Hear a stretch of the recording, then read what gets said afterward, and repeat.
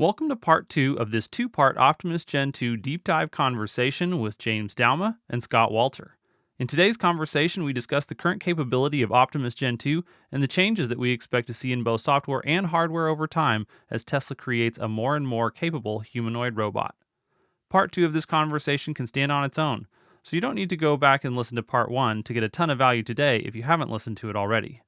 That said, part 1 was an excellent conversation as well, so if you'd like to listen to it, you can find it linked in the description below or right here on screen. Let's dive in. So maybe this is a good time to move to the question of what jobs could Optimus do in a factory based on what we've seen so far and its capability physically. We'll kind of hold off on the brain side because we know that that's obviously advancing rapidly and kind of on its own trajectory. But based on Elon trying to automate the dull, dangerous, and dirty jobs, what do you think that mechanism is capable of today, and where is it still kind of coming up short, and where might we expect to see some modifications to future iterations beyond Gen 2? And I'll go ahead and throw that one to Scott initially.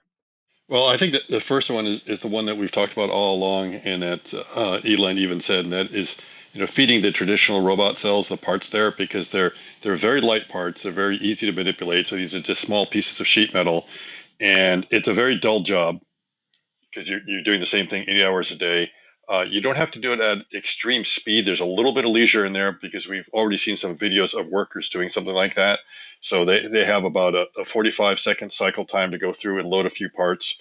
And in the one video that we saw, the worker actually made a mistake and that loaded the part too quickly and ended up breaking the safety and had to go back and do a reset. So hopefully that's something that Optimus would do because it would know exactly when is the time to go in to load a particular part. It's fairly simple. It's just going over to what is a semi-structured bin. So the bin's going to be kind of in an area that you expect it to be. It could be dropped down anywhere, but in there is going to be piles of parts. You just have to identify a part and pull it out, get it in.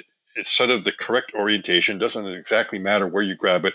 Bring it over to a fixture and just sort of drop it down there. And when you drop it in the fixture, it's just going to go down right, so long as you have the right side up, something like that. And there's just 3 or 4 parts you might be doing every single cycle. It's very simple. And Optimus does not have to be walking that fast because right now the walking speed of Optimus is about 50% of what ideally you'd like to have on the factory floor. But for the kind of operations that are going on there, the distance is probably short enough that it doesn't really matter, and it would be able to do something like that. So those are some of the first things I'm seeing of loading those kinds of equipment, other sort of loading and unloading of equipment that you see throughout the factory everywhere would be definitely some of the first ones I think you would start seeing. And so that's going to be kind of in the body shop area. So we'll move on to the software side of things there. I think that sets up a good question for you, James. If the hurdle is to be able to do that job for 8 hours off gantry so that it has to actually balance and do all of those movements completely by itself. How far are we away based on the progress that you can see? Or if that question is a little bit too difficult, then maybe what are the milestones that we need to see in order to expect that the software control architecture of Optimus is capable of doing that in a useful way for an entire shift to where it could actually replace a human? Because it does require that, yeah, you have to be able to.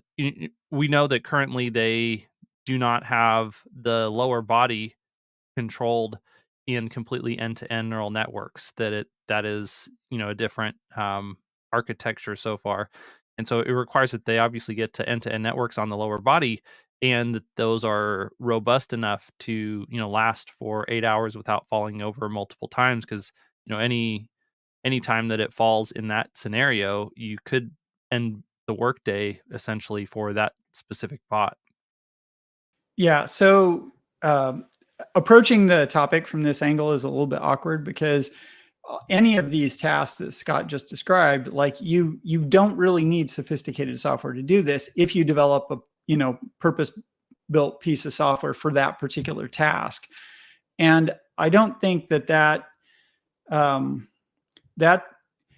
the challenge is coming up with a really general robot that takes relatively little instruction to pick up a new task.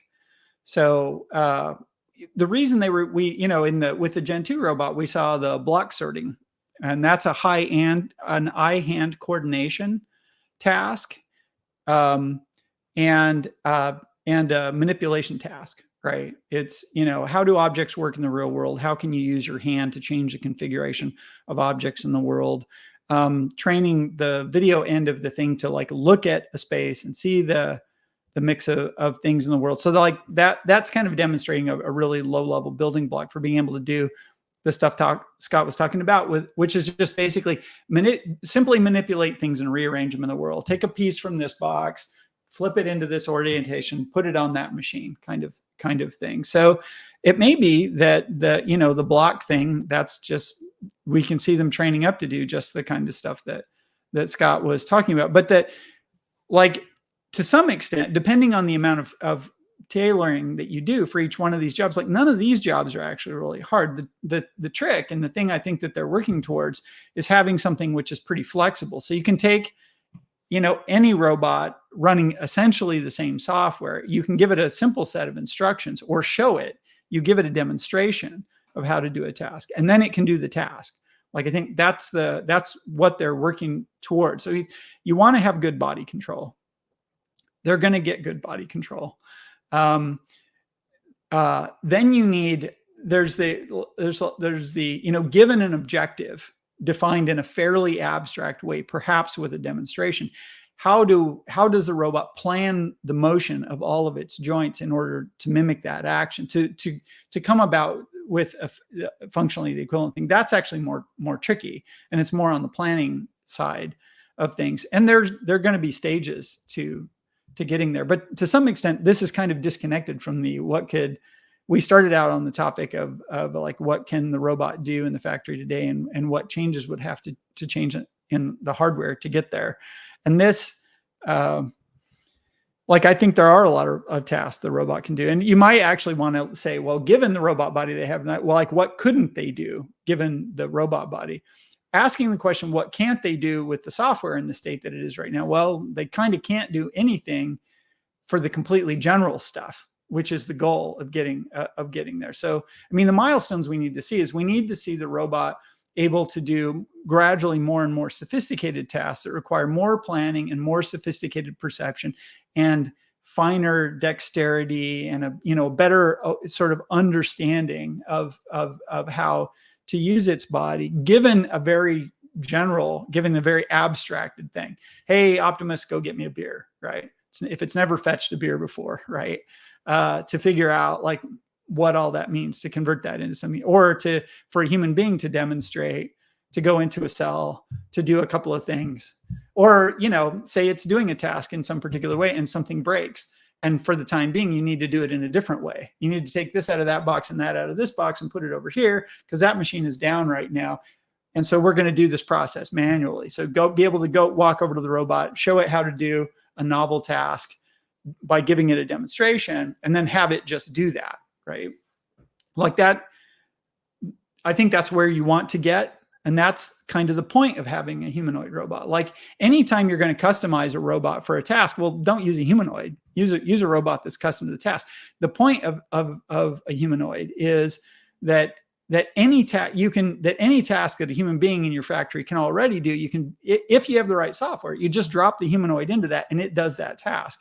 And so the question is, how do you program it? Well, ideally, you don't program it with a pen and points the way that Scott describes we do with industrial robots today. You just show it how to do it, and then it does, or you tell it how to do it, and it does it. I think that's the goal. And so there's a lot of progress to be made on that. But the nature of the progress is not going to be, oh, we have this critical building block and it's perfected, and now we'll work on this other one. Like, you're going to have all these capabilities, and they're kind of going to advance together. And so what you're going to see is a sequence of more and more general capability, more and more general tasks it can do with less and less specific training to the task. Does that make sense? Yeah. So why don't we actually go ahead and move to that question of what can't the body do today well? I think I'll start with that, and that will kind of come down to maybe changes that we want to do. So the one thing the body cannot do right now is it could not play the piano because it doesn't have the hand motion. It can't do the hand splay like that. It can really only doing clenching operations. But you don't need to play the piano to work in the factory. So that's not there. The other thing is that it seems to have a slow locomotion. We don't know whether it can jump or do parkour. Again, it's not something that you need to do in the factory. So if we start going down the list, I'm beginning to think that it really, I think from the standpoint of the capabilities of the body, the hardware, it could probably do almost everything that you would need a human to do in the factory. It's just that the software is limiting right now. So some of the most challenging tasks are on the end of the line, the general assembly, where you have a lot of flexible components and harnesses and everything else you got to put in there. And that's always been the trickiest thing to be able to train any robot to be able to do any sort of automation. And that's really one of the points of the humanoid bots, to be able to do something like that.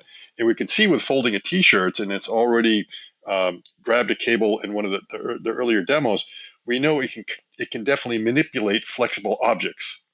The thing is whether it's going to be actually flexible enough to do those operations, because if you look at some of the general assembly, those humans are having to crawl into very tight spaces. And to do that, you need to have a lot of flexibility in your torso and everywhere else. And I'm not quite sure that Optimus can do that. So one thing that James and I were talking about earlier, we don't think Optimus can actually get itself into a car and out. It doesn't have enough degrees of freedom. And if it can't do that, there may be some assembly task like that you would find on the factory floor that you can't do that because it doesn't have that flexibility yet. And the question is that something that's going to be important to do? However, when you go to the unboxing process, it may not matter, because I think the whole point of the unboxing process is to make it not just easy for the humanoid bots, but to also make it easier for the humans. This idea that you have to crawl into a vehicle to attach a couple of cables in final assembly seems a bit crazy to me. I mean, that's putting a lot of demand on someone to have to do that again and again for 8 hours, 5 days a week. Yeah, that'll make sense to me. And I would agree generally that category of things where, where you need spinal flexibility and you maybe need more flexibility in your hips in order to maneuver. Like those are things there. The lower body definitely is lacking what I think 2 degrees of freedom. I think it needs mid-thigh rotation and calf rotation, which it doesn't have. It has foot flexion and extension. It doesn't have foot rotation right now. And similarly, like humans basically, but we have a true 3 degree of freedom hip. Optimus doesn't right now. And so it can't do this with its feet, which humans can do. And that's actually pretty useful capability for some fine motions. I would like, when I think about things that you want to drop a robot into that a human is doing right now, I often think about manual tasks where the dexterity that the hands are capable of is going to be a limiter. For instance, Optimus probably can't use a pair of scissors right now. So like if you want to give it a task where a human being would use a pair of scissors to like cut something, because right now they've only got one actuator per finger. So the tip of the finger, when it moves, it always has to move through the same arc. It only has a single arc that it can do. It can't do like this trick that I'm doing right here with my index finger, right?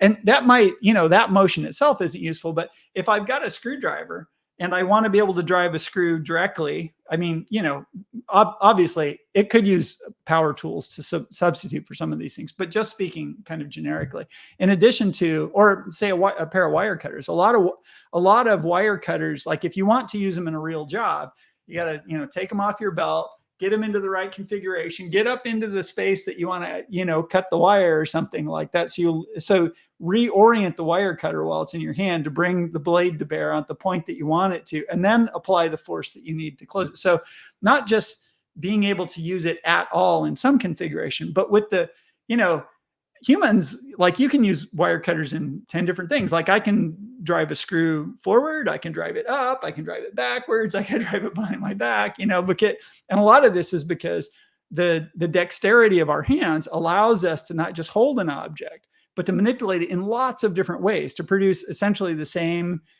action from a tool in many different orientations, even without shifting the orientation of your hand. Like, so that there's this range of stuff which requires not just understanding the problem, but being able to quickly and easily manipulate a tool, a hand tool in this case, into a configuration that you want to. Like, those are things where I feel like ultimately the hands are definitely going to get at least 5 more degrees of freedom, probably 10 more degrees of freedom, because, you know, human hands have got a lot, and a lot of the tasks and tools that we do, and a lot of the ways humans do things in the real world. Like, if you want to demonstrate to a robot, do this, you know, run the cock gun this way, you know, in this corner upside down, and then take the tool that, you know, it's like that. Actually, it takes a surprising amount of manual dexterity. And right now, I think Optimus hands, they just don't have the dexterity to be able to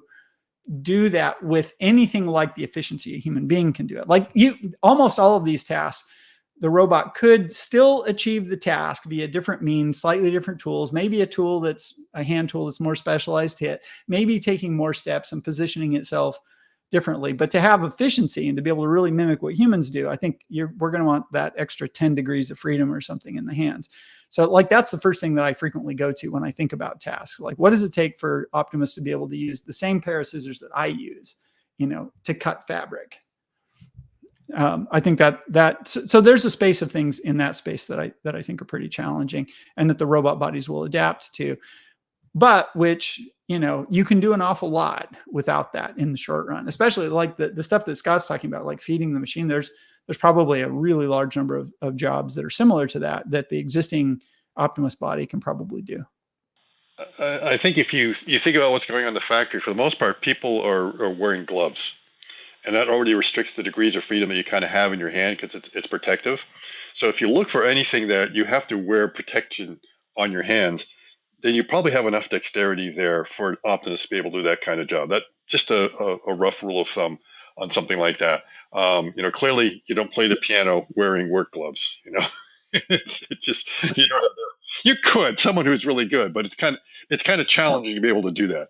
So, you know, normally when you put that on there, you're almost sort of restricting the amount of dexterity a person could have. And so a lot of the operations we're seeing on the shop floor, because they're so repetitive, you don't want to make it very stressy on the person. You don't want to make it that you have to have this extreme dexterity.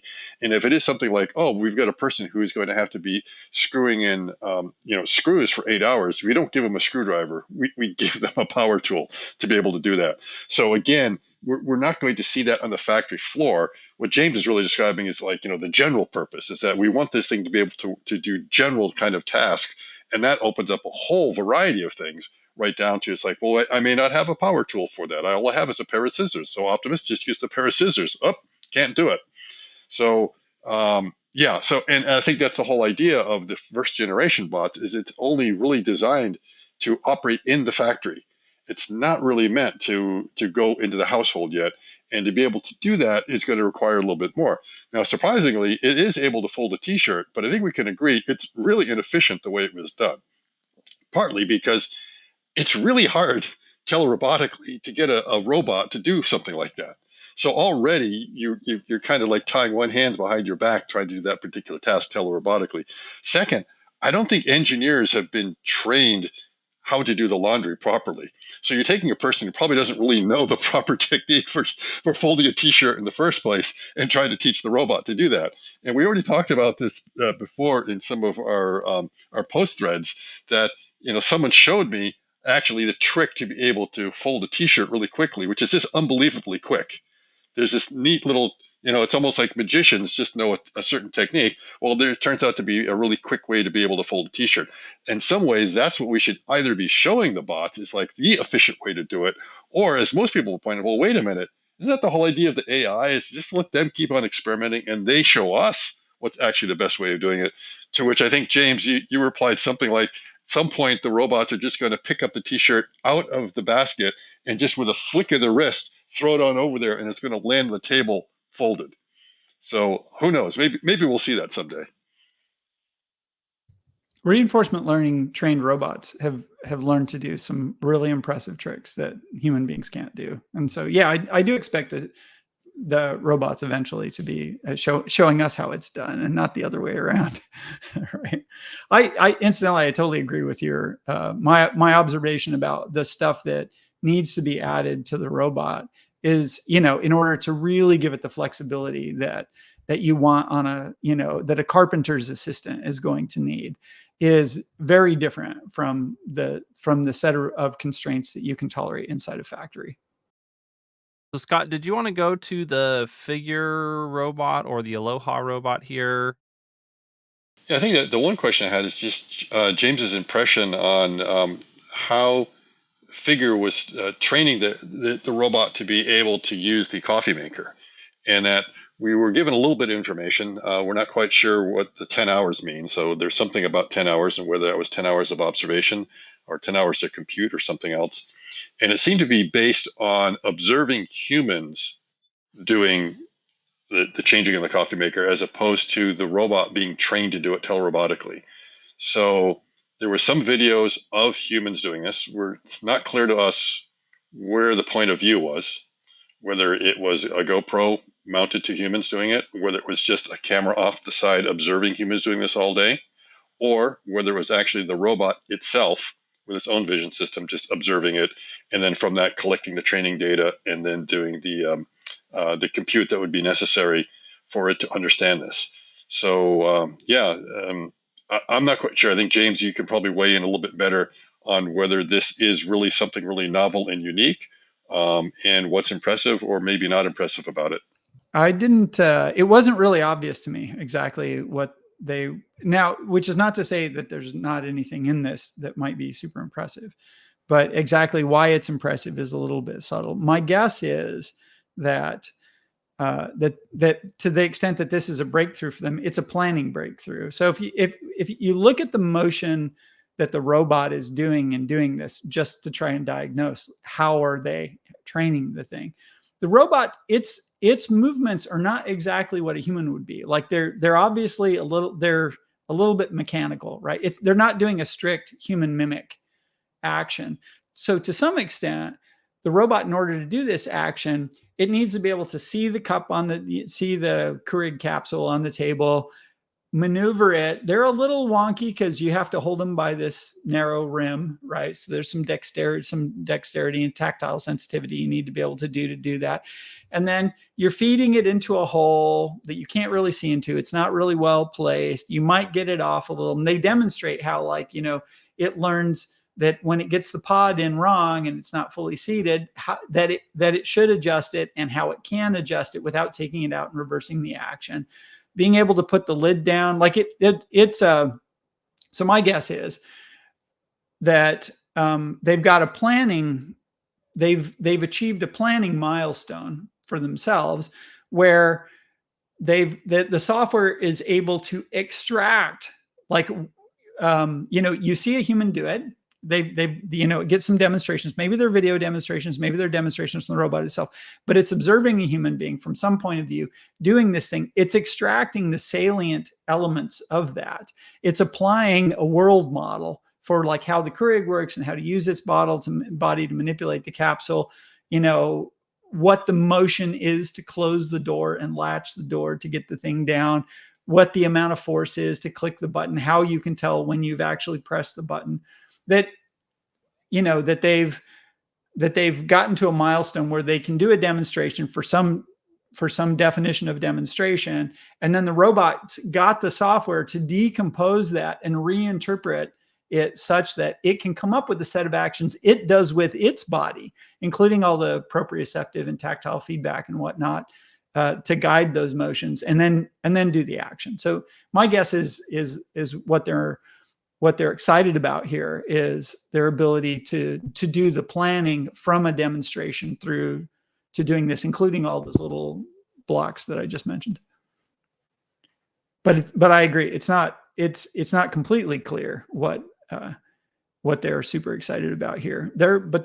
I can imagine there are potentially things in here that are, depending on what those, as Scott said, what was the demonstration, and what is the robot starting with, what is it having to learn from the demonstration, and what is it turning that into in terms of a set of instructions to its own body to be able to achieve an equivalent goal, right? Because it can't do what the human does, Like it's clearly not doing exactly the same way a human being would, but it's achieving the goal, right? So it's somehow able to extract the essentials of the task and then perform the task.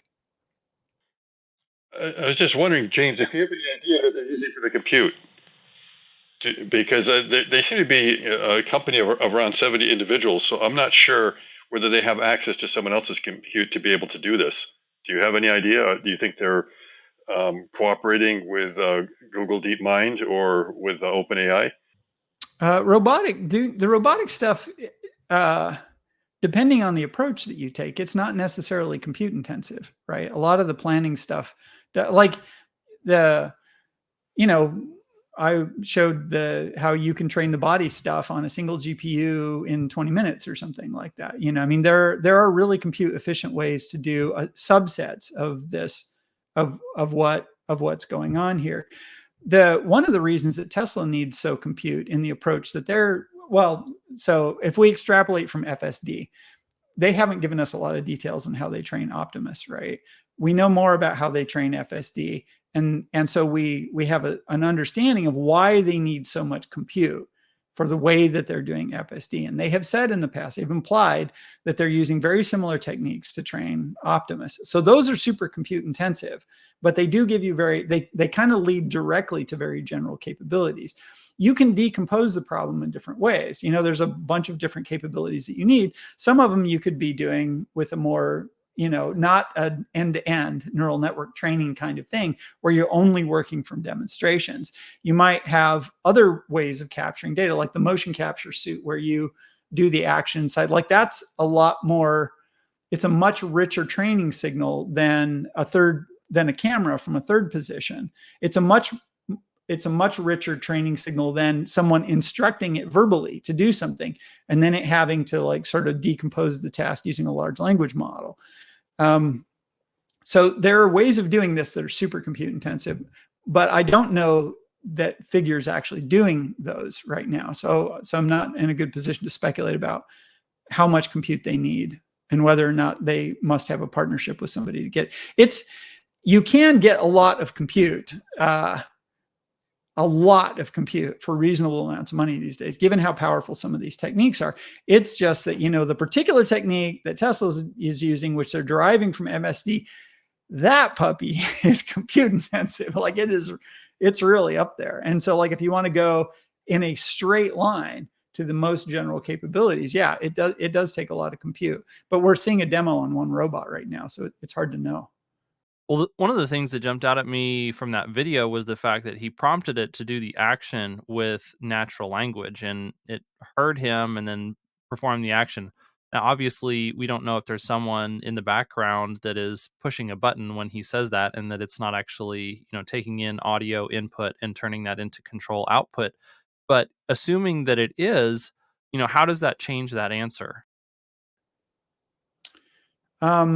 Well, it's the level of audio input that we saw is not.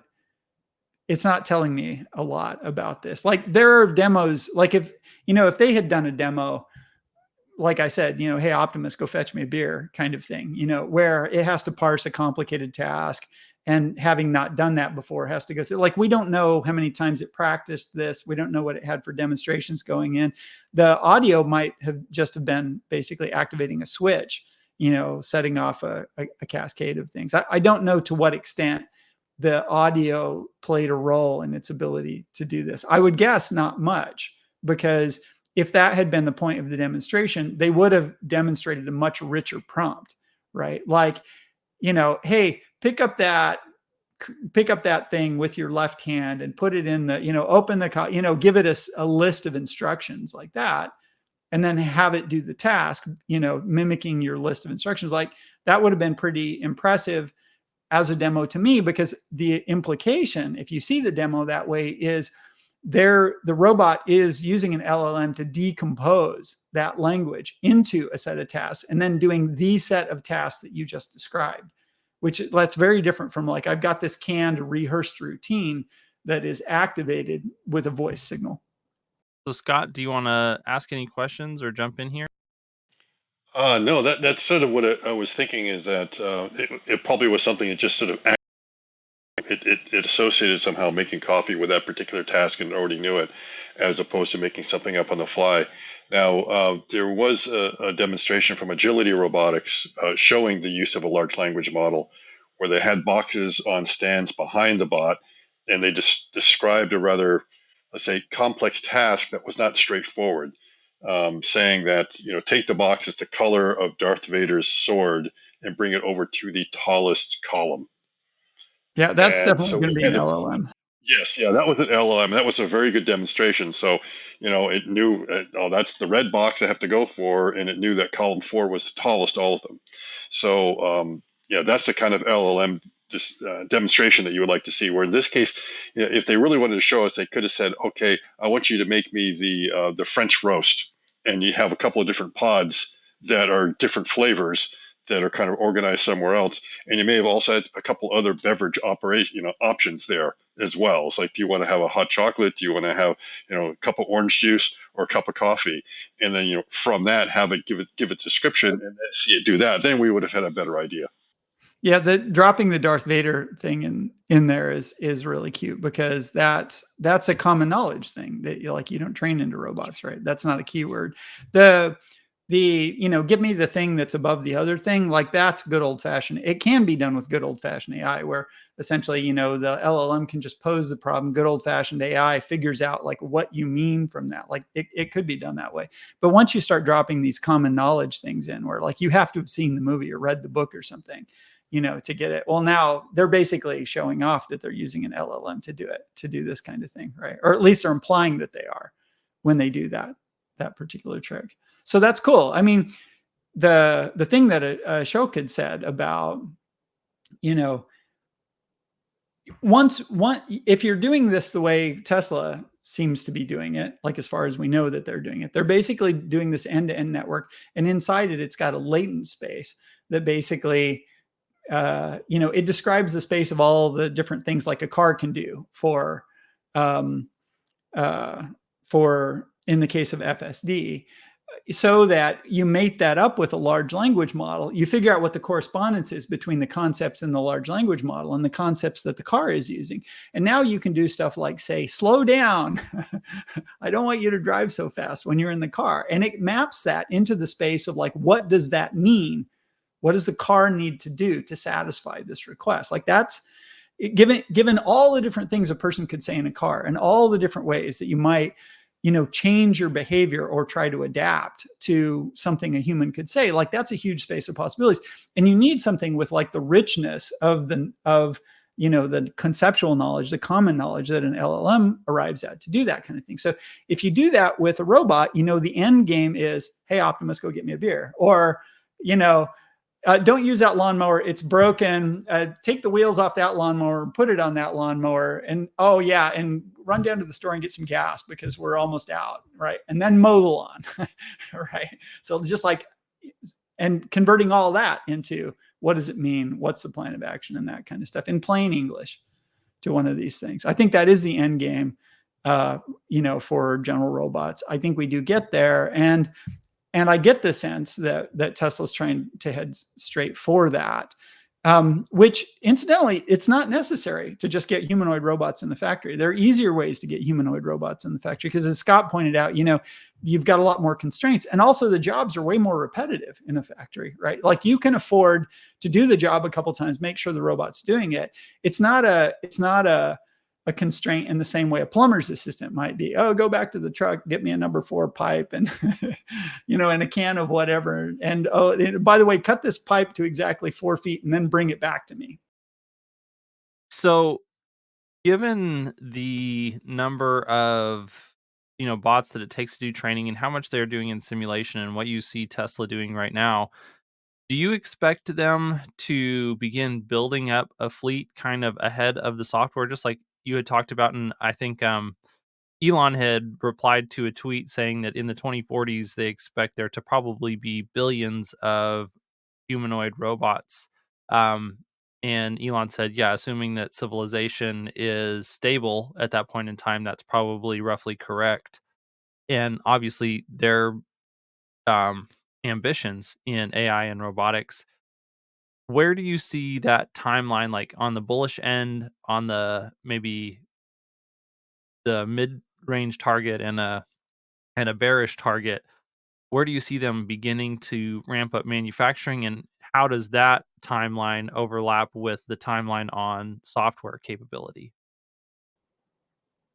I think they're pretty well. I think the software that because they're ramping, I think they're going to be in a good position to ramp hardware uh, as the software matures to do this kind of stuff. Because my sense of software is a moving target. It's just like with FSD. There's going to be a day when it's driving car, when it's doing robotaxi type stuff. That's not going to be the end. It's going to keep getting better after that. And the same thing, there will be a day when we have robots and they're not great, and then they'll get better, and then they'll be amazing. They'll be way better than people. And so where do you draw the line for when robots get popular? And there's going to be various factors about social acceptability of this stuff. Like, there's definitely going to be societal consequences as these things start moving out into the labor pool. So, and that may actually, those things may end up limiting it. But from a technology standpoint, we're single digit years, low single digit years away from having really useful, fairly kind of general robots. I think we're less than 10 years away from having stuff that can do the large majority of stuff that a human being can do at 20,000 cost of a car kind of pricing. And the billion robot thing in 2040s, yeah, sure. I feel like it's really easy to imagine getting to. It's one of the things about that is that it's hard to ramp producing cars because they're really big, right? They really take a lot of material to go in, and the market is already super sensitive to that. That is, you have to hit a really low price point before people will take your car instead of some other thing that they could use instead. Humanoid robots, they're going to be coming into a space where there's lots of applications and there's no competition, right? So it'll be less cost sensitive in the beginning, which means you can start with lower numbers and more specialized, and yet still plenty numerous applications in order to do your ramp. But at the end of that, a humanoid robot is using 1%, 5% maybe of the materials that go into a car. And so getting a factory that really cranks them out, especially when you've got robots to help with that, is I feel like ramping humanoid robots is going to go. I would have said that the limit to having a billion humanoid robots in the 2040s would be, well, how fast can you ramp the manufacturing? It takes a long time to ramp up a factory to make billions of things, right? We don't even make billions of iPhones. But yeah, it's, I feel like, we probably don't have that problem with robots to the same extent we have them with cars. And so that makes it realistic to get to that point. By the 2040s, I feel like the technical capabilities, not only will we have them, they should be mature by then. Yeah, I agree that 2040 is a long way out, and you could easily hit a target of a billion robots by that point, because it's not as hard as being able to do automotive production for sure. And so you'd be able to ramp up these factories pretty quickly. The hardest part is just the actuators. You need to have 42 actuators for Optimus as it is. In the future, it could be more actuators, but once you spool that line up, everything else is pretty simple components. The most complex component in there is going to be the FSD chip or whatever, or the chips and electronics that go in there, and we already know how to stamp those things out at pretty high rates as well. And then you've got just some others, very simple components that are not going to be that hard to scale. I think the real question is how many do we think they're going to need this year and next year? So assuming they're still in kind of a development stage, do they need to build 100, 1,000, or 10,000 this year just for training purposes? What would you think? Because you could do so much in sim, but at some point, I think you need to bring it into reality and get the training data from there. And what's the scale that you would need for something like that? Interesting question. I mean, once again, it depends on the approach that you take. There are approaches that are more hardware heavy, and there are approaches that are less hardware heavy. And then there's the whole question of how many, what's their development plan for the body? Like how many more kind of structural changes do they want to make before they scale up? Like, I mean, they could build hundreds of the current robot, or they could build thousands of the current robot if they feel like, they want to start using it in the factory as it is. If they're not really going to start ramping it into factory applications soon, my guess is like you probably want to hold off on building thousands of robots until you have a design which is pretty close to the form that you have on your drawing board to take to the factory. So is that the current generation of Optimus? It could be. I think they could make more changes fruitfully before they start cranking it up. I think it's pretty hard to say. Like the thing is, there are different ways that you can do it, and depending on how they want to do it, they could decide to build hundreds of robots and start training right now, thousands of robots and start training right now, or they could decide to put it off because they are still making really rapid progress, even with a few robot bodies. Like I think both of those are reasonable possibilities.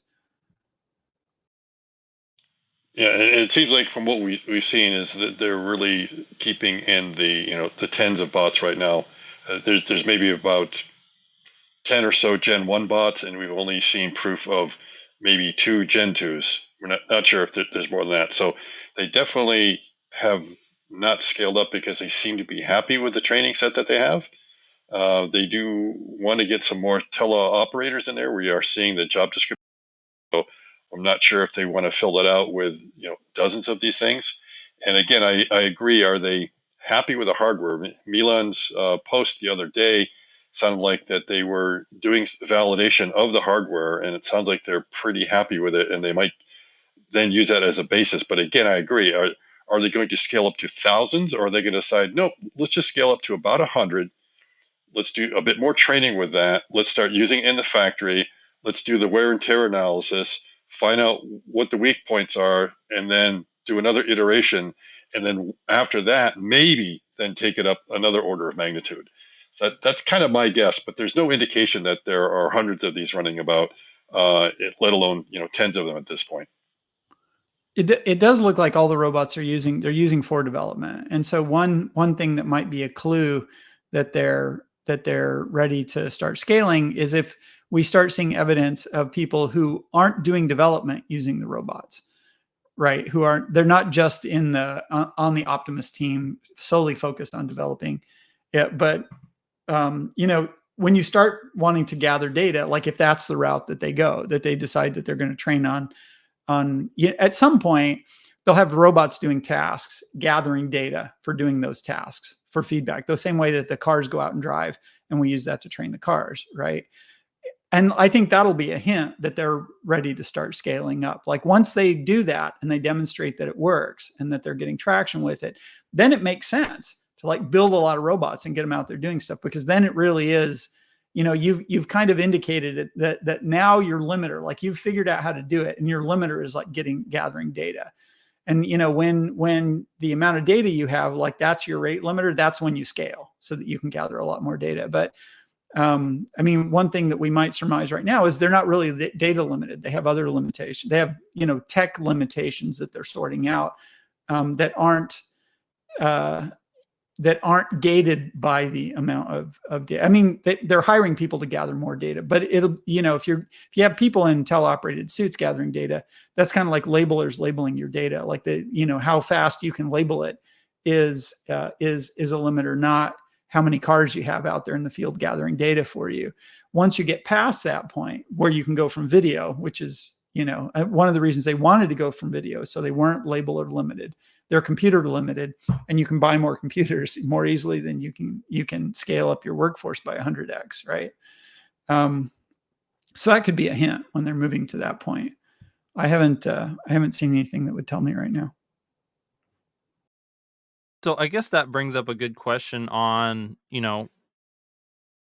given where the state of AI is these days, are we going to see a similar length of time for the development of software in Optimus that we've seen for FSD and, especially trying to get to the point of getting to robo taxis, that Elon has been very optimistic about that timeline, how long it's going to take, but it keeps, timeline keeps getting pushed out. We realize that the problem overall is harder, and eventually came to the realization that basically you have to solve baby AGI in order to get robo taxis.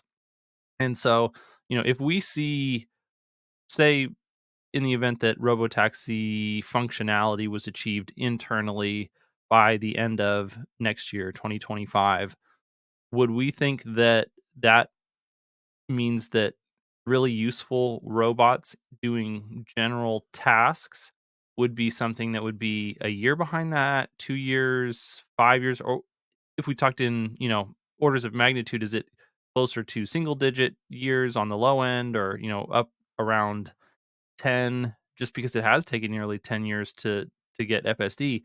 But if baby AGI is what it takes to get FSD, then how much further is it to get from baby AGI to the type of generalized AGI that would make these bots extremely useful? So timelines for robots, like in general terms, are a little they're tough, because because like there are things you can do soon because they're easier, and then there are more grander objectives you might have that are farther away. So when you ask the question, like, how soon will they be doing useful work? Well, they could make them this year, right? 2024, useful work. Useful work in a factory and useful work, in somebody's homes, taking care of your elderly mom, like that's a different level of hurdle. The second one I think is significantly harder and it takes significantly longer. I don't think, in a weird way, it's not really gated by the capabilities for FSD. FSD has challenges that robots just don't have, and some of those challenges have turned out to be a lot bigger than they looked a few years ago, and have been stubbornly resistant to simple solutions. Like they're requiring very general and very powerful capabilities in the car to get over them. That march of nines. The flip side is, depending on what your constraints are for operating in like a nursing home, like what tasks do you want it to do in the nursing home? Do you want it to just haul bottles around? Do you want it to like prescriptions?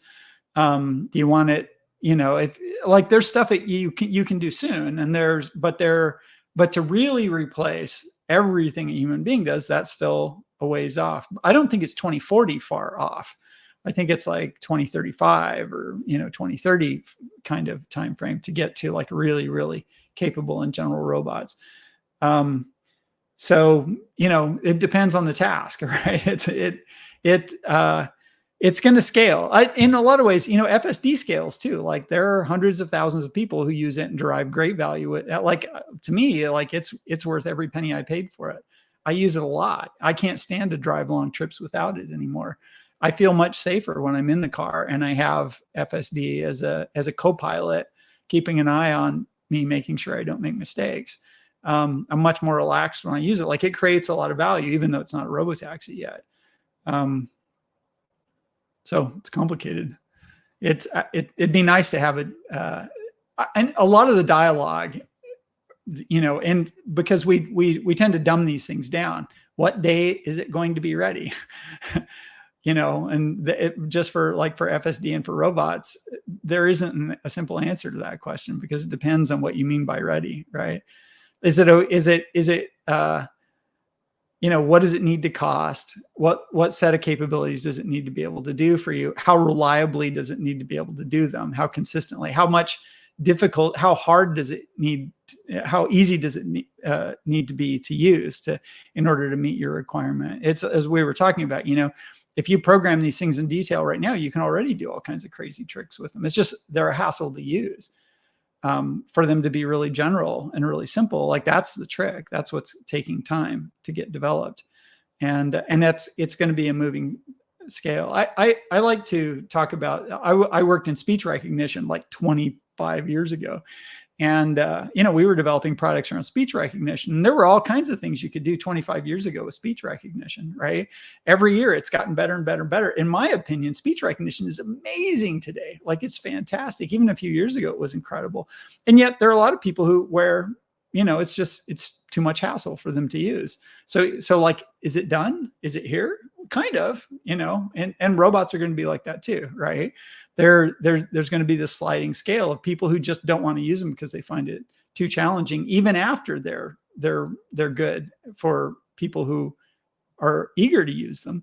There isn't going to be a day when suddenly the world changes and it just happens. They're going to be absorbed slowly by diffusion into human society, just like every other technology. Yeah, I think I would agree with that. Is that the real benchmark is when can it start to do useful work in the factory? Because that's really why Tesla designed it. That if it's doing useful work in the factory, it's saving them money, and therefore it's kind of worth it. It may be that it's doing useful work in the factory this year. The question is whether it's to the utility that's actually saving overall costs, or whether it still is kind of absorbing a lot in the development. But I would think, probably by next year for sure, it is going to be beyond useful work in the factory, but probably will be starting to take over a lot of tasks and deriving value and probably reducing the margins a little bit. But still, it's a long ways to go from useful work in the factory to truly useful work at home. Yes, we could probably bring it home and have it do a few tasks around the house that are kind of nice, but be able to do all the general purpose ones easily. It's probably at least till 2030 before you see that. I mean, that I think would be the earliest. I agree with James on that, and potentially a little bit further than that. But I think 2030 is the closest that you would see something like that starting to come in the home. But useful work in the factory, I think, is pretty close. So Dave Lee would always bring up the last mile delivery thing, which I feel like is it's a very interesting sort of task to talk about because it's got a lot of utility. It's the kind of thing where humanoids are actually really useful for doing last mile delivery. Like, your UPS guy can deliver anything, right? But a flying drone is super limited in that kind of stuff. Or one of these ice chests with the wheels on it that they use for delivering pizzas to universities and stuff, that's really limited, right? It can't press a button on an elevator. It can't go up a flight of stairs.